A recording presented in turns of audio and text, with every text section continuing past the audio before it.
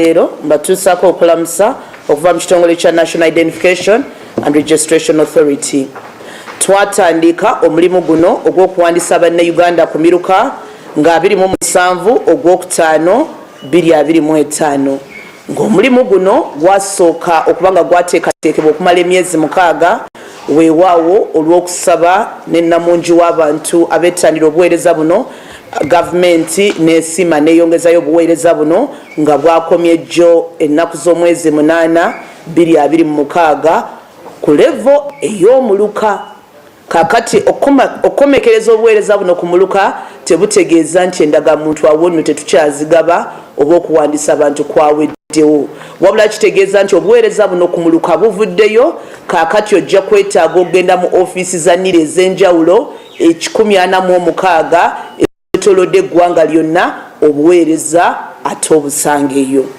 Bwe twali tutandika omulimu guno ogw'okuwandiisa abantu okw'ekikungu, twagenderera okulaba nga ebikwata ku bantu byonna ebyali mu sisitimu enkadde nga biddizibwa mu sisitimu empya gye twatandise okukozesa, era nga njagala okwebaza abantu ba NIRA namwe bannayuganda okubayozaayoza nti omulimu guno ogw'okutambuza ebyo ebikwata ku bantu obukadde 28 emitwalo 57 1,893 ebintu byabwe byaziddwa mu sisitimu empya. Awo nno ogw'omulimu twagukoze 100 ku kinnaawo. Kakati ensonga eyaba baali bafuna zinniini nga walinako nniini nga wali oyagala kuzza bujja oba oliawo wayagala kuzza bujja ng'obaako ne byokyusa ebiri ku ndagamuntu, twagendera okukola ku bantu obukadde 15 n'emitwalo 8. Wenjogerera enkya ya leero tubadde tutuusiza obukadde 14 n'emitwalo 3 nga ebyo bitundu 9 kwabo betwagendera okukola. Nze ndowooza awo tukoze bulungi kuba ku bantu bano mulimu abaatuva ku maaso nga tebakyali mu bulamu bw'ensi oba nga baatambulamu nga mu ggwanga lyattu Uganda sibakyalimu. Kale nze ndowooza abo baali baawulira enjiri batukoze bulungi obutagambika, ate ne bajja ne bazza obujja endagamuntu zaabwe.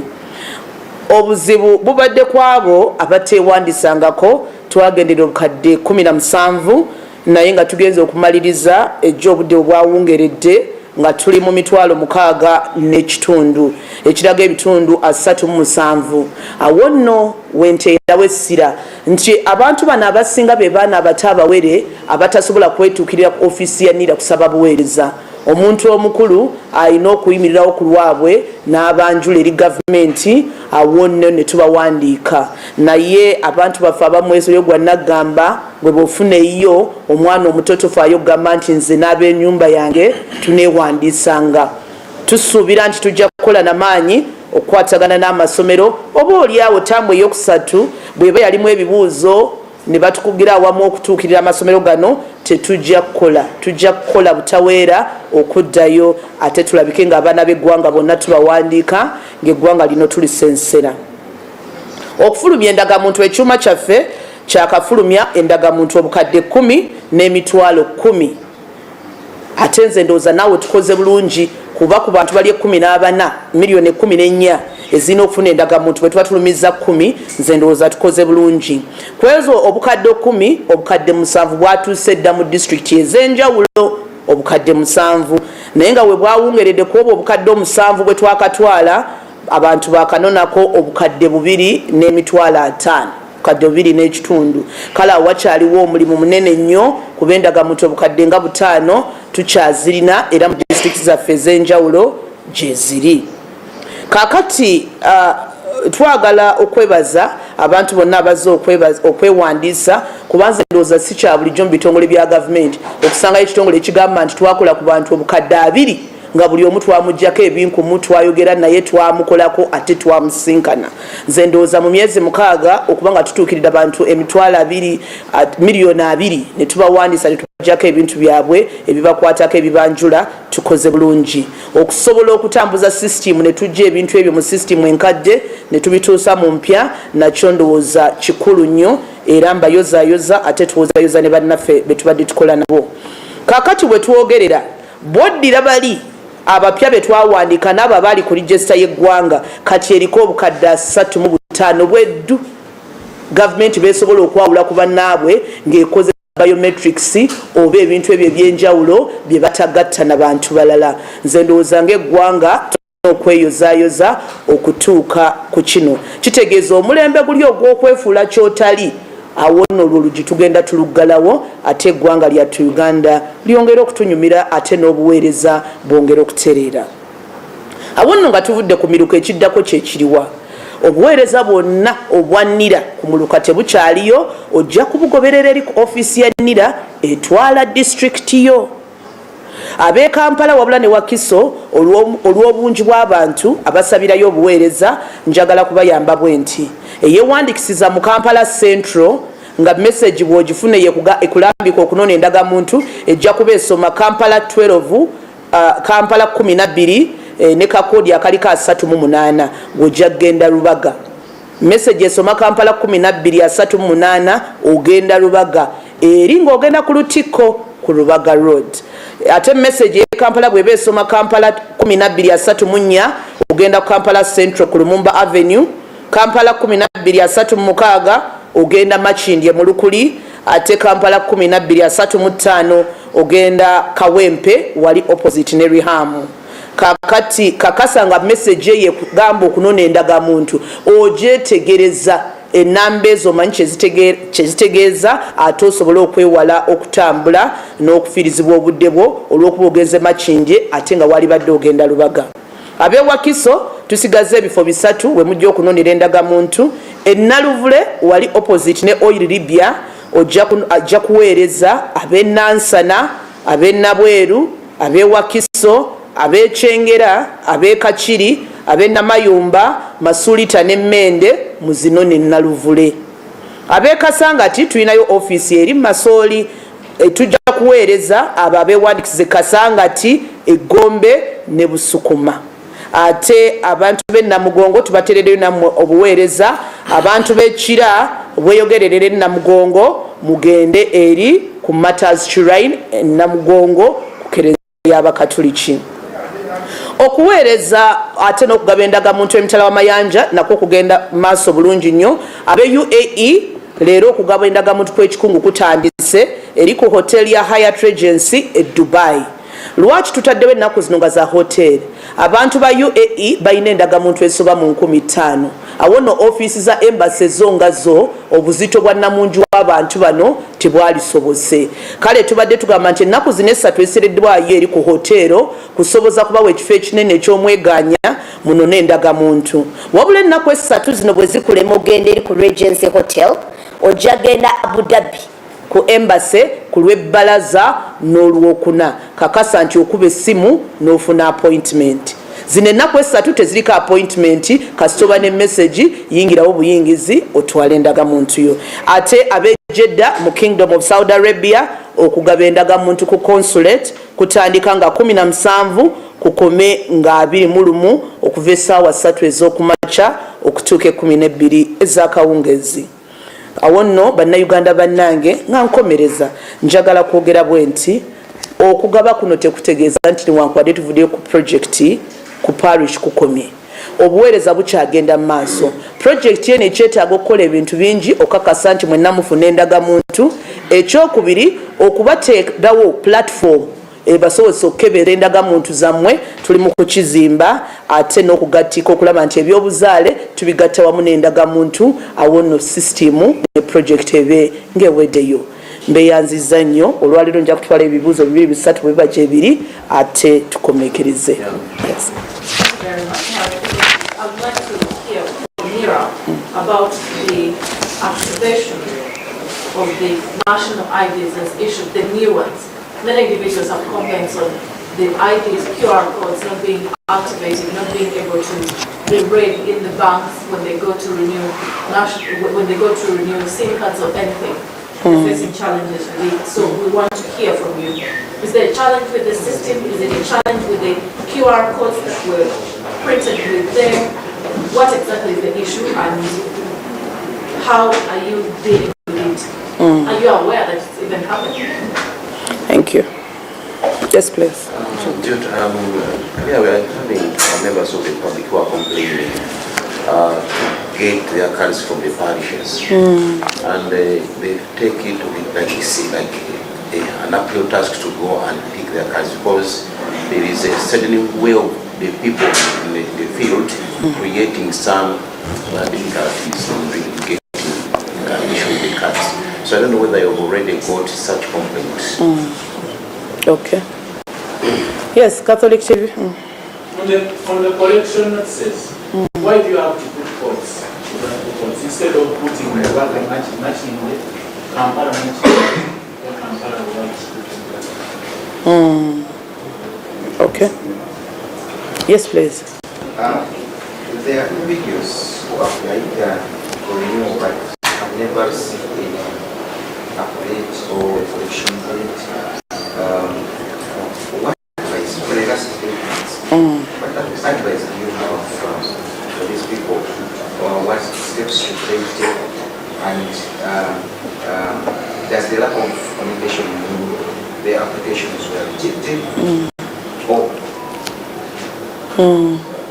Okay. Can I check those? Is that it? Okay. Thank you very much for those questions. She did raise a question on activation of new cards. Ladies and gentlemen, this system development progress and as well as the project was a journey of 10,000 miles. It had 12 stops.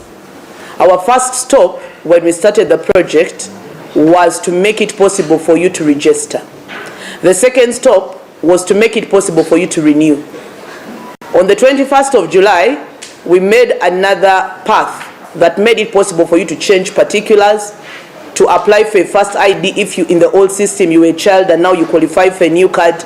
And we've been making many until August, when we made it possible to print and therefore be able to issue for you the card. As we speak now, our 8th stop point, which we are supposed to open, is the ability for you to electronically be able to verify the card. Now, ladies and gentlemen, the National Identification and Registration Authority first went live in 2014 and registered you. Several years later, it opened a platform that made it possible for all people that depended on the ID to use an electronic window to verify your card, which is a third-party interface through an API. Now, as we are building the new system, that particular window is not open. It is going to be open on 31st of March 2026. However, all the 103 stakeholders that depend on a national ID to identify you have been written to and guided on how to approach verification with the new card now. I put it to you, if there is such a service provider who is not guided on a verification mechanism, bring it to our attention. As far as I know, there is a verification mechanism we have given them as we wait for the system to go live so that you can enjoy a fair copy of what you had tested in the old system. Because the building we are doing for the new system will be a more crisp one than even the one we gave you before, because we gave you the first door. So you cannot tell us we served you chicken last year and we are going to serve you beans in the new system. Can it occur? It cannot. We served you that verification portal. We will be the very ones to serve it to you. So you take peace and know that a journey of 10,000 miles begins with one step. We have moved 8. Kachali Mabaga, the 4 steps we are going to move. If you want a date, 31st March. For now, the 103, be it a bank, be it a telecom, be it permit, they are reaching us, we are helping them and verifying, and they are offering service. So I don't think there is a cause for alarm there. There is service delivery happening. At least it has not stopped, as far as I know. In terms of card collection at local level, it is true, human beings are born from different stomachs, from different homes. We train people not to be corrupt. And people have taken an oath against corruption. But still people will use discretion and power to charge. Because of the long queues where there are 300 people, either it could be induced by officer or the citizen. The citizen will say, because they don't want to queue up. We are not people of decorum. And so corruption, you the initiator and the receiver, you both commit a crime. What is my plea? Do not keep quiet. You raise the alarm. When we come to your inbox and ask you, can you share details of who asked for the bribe and the number, you disappear, not to come back. So now how shall we fight it? That said service is free. On this very forum, I've said severally that you're not supposed to access service with money. If someone is charging you, please report and walk with us the journey of prosecution to the end. If you jump out on us midway, we cannot do much. Because he who alleges must prove. And how are we going to prove in court that there is corruption if you're not helping us to prove it? But that said, we are now back at our offices with full CCTV cameras. We are committed to offering the best service. The lines are going to be there. That one I want to promise you up front. There is no lie about it.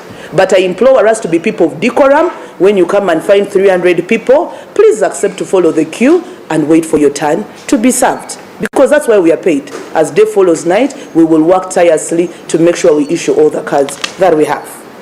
Codes, why are we putting codes? Honestly, I want to take that as feedback. Thank you very much, my brother from Catholic Television. We'll take that as feedback because codes are not your business as a citizen. The crisp way should be, dear Claire, your card is available for pickup in Rubaga. But the Uganda have said that rather than remain in the darkness, I am going to help you with information by demystifying those codes for Kampala so that in the now, you're able to know where to go so you don't get lost. If you had been lost to this extent, now you come back and move to the right direction. Yes, I did talk about it. I did. Okay, but let me just get it for you again. I'm going to get that for you.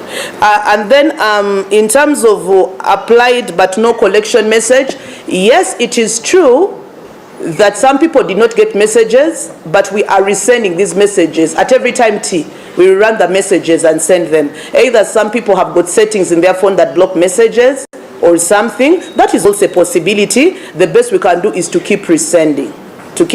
Those messages, and we have proof of messages sent because IT does not lie. When you bulk send messages, it will say delivered, and it will also say failed, which is a technological issue. You have sent a message, I'm sure, to someone, and I'm sure that sometimes will say did not get it. You've transacted before, and the notification did not come, but we will be tirelessly doing that to make sure we deliver. Do you want me to take those questions in Luganda? Yes. Oh. Is there any way Ugandan can check in the system and see whether they need or not? I just made that clear, Ma'am Serena, that we are building the system for you to verify. That verification system is what feeds into the portal for you to self-check. It's what other people use to scan using a QR code, and you see it's development for now. We have got our WhatsApp number, which is widely publicized. We've got our toll-free number 0800 211 700. We have got an email. And yes, it's true that the speed may not be as crisp as your iPhone might be, but I want to assure you that it is working. And the team is tirelessly doing that. The permanent, easy way is for the system to go live 30th March 2026, rest assured. Ekisembayo wali abuuziza nti endagamuntu bannange tezikola, nsoose kumuddamu nti endagamuntu tezikola, obuweereza tebutuuka, neewuunya nnyo. Neewuunyiza nnyo kubanga endagamuntu zino bwe tuzifulumya omulimu gwazo gwa kubanjula ate oba oliawo mufuna obuweereza. Twatandika olugendo luno olw'okuwandiisa abantu nga lwali mu stage 12. Stage eyasookerako ddala yeri gye twatandikirako nga 27 Ogwokutaano ey'okusobola okuba nga tukuwandiika ng'ozza bujja nga 21 Ogwomusanvu omwaka oguwedde ne tutambula ate ne tugamba kati jangu ate okyuse ebiri ku ndagamuntu bw'oba mwana muto ofuna endagamuntu esooka mu Gw'omunaana awo ne tutandika okuba endagamuntu ne tutandika n'okuzigaba. Kaakati stage ey'omunaana gye tugendako yeyo stage ebasobozesa okuba ng'ogenda akuwa obuweereza n'assaako obusa endagamuntu ate n'asoma ebigiriko. Bannayuganda bannange system eno eya NIRA twagiinawo okwo. Ndowooza bwe mugamba nti endagamuntu enkadde zo zikola bulungi, zaakola kuba twazisobozesa okukola. NIRA kennyini ye yabawa eyo platform yabasobozesa okusoma n'olaba. Era NIRA kennyini tesobola kutambula bigere 10 mu maaso ate n'etambula ebigere 3 emabega. Sikisoboka. Wabula tuli mu nteekateeka erabika nti system eyo tugizimba ebasobozesa okukebera ku mutimbagano mulabe ebikwata ku ndagamuntu zammwe. System eyo ejja kubaako nga 3 Ogwokusatu 2026. Naye kaakati we tuwogerera abantu bonna abakozesa endagamuntu okubawa obuweereza nga bali 103 twabawandikira ne tubawa engeri butya bwe basobola okukozesa endagamuntu ez'empya babawa obuweereza. Era wano wensimbira wakati ninga nti bwebaayo omuntu ng'akozesa abantu abo 103 nga bw'atuukayo olwali bamugamba tekisoboka ajja atutegeeze. Naye nze okusinziira ku kyemmanyi twogerezeganya nabo ab'ebitongole byonna ebikozesa endagamuntu era balina engeri gye bajja otutuukirira ffe tubakakase ate oba oli obuweereza babukuweereze. Kale abo aboogera ebigambo ebitakwatagana nti ate tezikola ate enfu ate gavumenti ekuwa endagamuntu ate ekuwa ekibuli ate ekuwa ekitakola ate akuwa ekifu. Nze ndowooza abantu abo beetaaga kunoonyerezaako nakwetegereza bafande bano bajja batuyambako. Ensonga y'okubiri Judy gye yayogeddeko ye bantu ku level ya parish abagamba nti babatawaanya okunona endagamuntu kyoja mu biro oba oli abagamba teriimu kwegamba ne bateekawo embeera osobole okukwata mu nsawo ogende kasawo ate balyoke bakuwa obuweereza.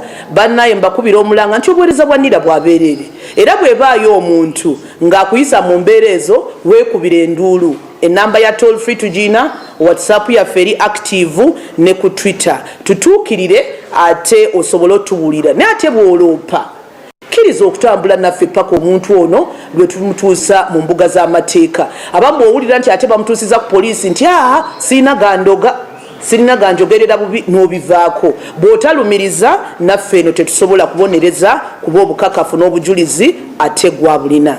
Naye kakati we twogerera mugenda tugoberera ofiisi za NIRA weewaawo abantu bajja kuba bangi togabanguzi totemera muntu wabula beera wampisa osimba ennyiriri ate naawe olinda akaseerako we katuuka ofune obuweereza. Eri omunaffe owa Catholic TV eyemulugunyiza nti enamba ezo tazaagala mu message bannange twetonda ne sekwetonda naye ndowooza mbawabudde enamba ezo kyegitegeeza tugenda kukola butaweera ndowooza okulanga tutereeza. Naye abagenda mu district ezeewala nga Buyikwe Eggulu tetulina koodi. Koodi ezo za Kampala kuba Kampala ina abantu bangi ate endagamuntu zidda mu magombolola so twali twetaaga okwawula Nakawa ku district endala so bwe tugamba Kampala 12 nga twagala twawule district ez'enjawulo ezo ate muzimanyi. Naye ndowooza olwaleero mbalambise bulungi mutegedde enamba eriwa etegeezaawa. Abatafunangako message bana message tuziweereza era bw'otuwa enamba system eweereza lumu n'ekubulira endagamuntu gyeri bw'eba yatafuna ndowooza mukebere ku simu zammwe abamu message ndowooza mwazi blockinga manye eri abantu nga message tubw'ogimuliza tetuuka naye tujja kukola butaweera okwongera okuweereza message ezo ate tulabike nga mwenna mufuna endagamuntu. Mbeeyanziza nnyo mbeeyanzeeke tanaba kufuna